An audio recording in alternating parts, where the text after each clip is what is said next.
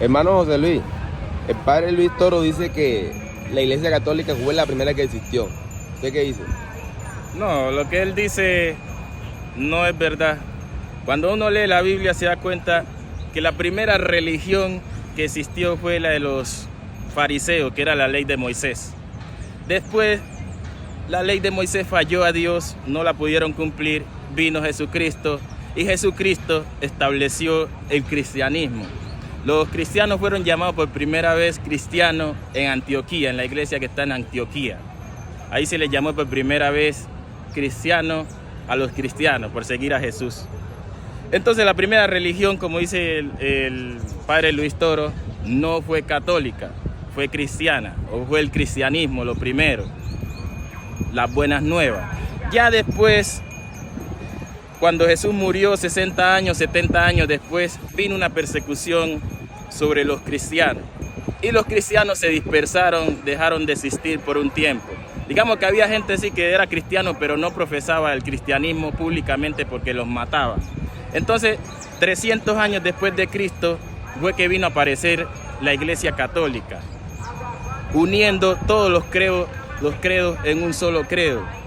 Y llamó ese credo universal para que toda la iglesia tuviera una sola creencia, según pues su creencia de la Iglesia Católica.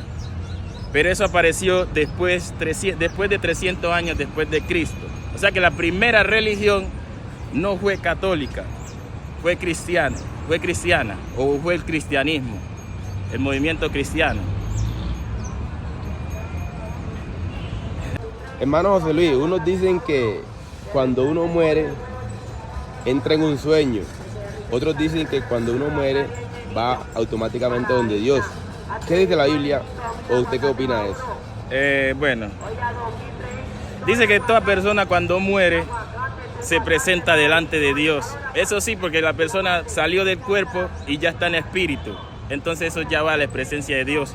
Porque Dios es espíritu, entonces va el espíritu de la persona muerta a la presencia de Dios. Pero especifiquemos algo.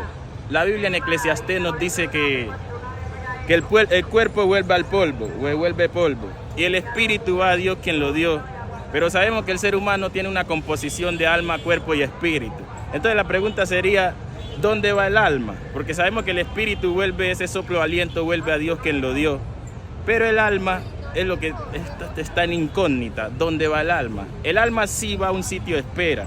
Como lo conocemos por la Biblia, puede ser el paraíso, el seno de Abraham, que es lo mismo, un sitio de descanso de paz donde van las almas muertas en Cristo. Y el espíritu es un aliento, un soplo que Dios lo dio, entonces regresa a Dios. Por eso la Biblia, pues allá en Job, nos dice, si Él recogiera su aliento de vida de todo ser humano dejaría de ser. O sea, moriría si Él lo recogiera nuevamente hacia Él. Entonces la muerte significa es que Dios sacó tu espíritu o su soplo de aliento que te hacía vivir acá en la tierra en cuerpo y alma. Entonces el espíritu, la gente va a un sitio de espera, porque es que hay un juicio, como está determinado para los hombres, que mueran una sola vez y después ahora sí el juicio. Bueno, o sea, cuando uno muere entra en un sitio de espera, a esperar el juicio final. A esperar el juicio final. O la venida Pero hay una parte donde dice la Biblia que el juicio primeramente comienza por los hijos de Dios, por la casa de Dios. Pero a un cristiano que muere en Cristo no se le puede dictar un juicio, sabiendo que murió en Cristo. O sea, el juicio que vive un cristiano acá es a través de sus pruebas, que tenga pruebas, sufrimiento y padecimiento como Cristo. Una vez viviendo esas pruebas y esos padecimientos y habiendo logrado la salvación a través de esas pruebas, portándose bien y obedeciendo, no hay necesidad de dictarle un juicio. El juicio es prácticamente para el que se muere sin Cristo, un juicio de condenación. Aunque todos debemos comparecer, como dice la Biblia en Apocalipsis, ante el tribunal de Cristo, con todo eso, al que muere en Cristo no se le dicta un juicio, sino al que muere sin Cristo.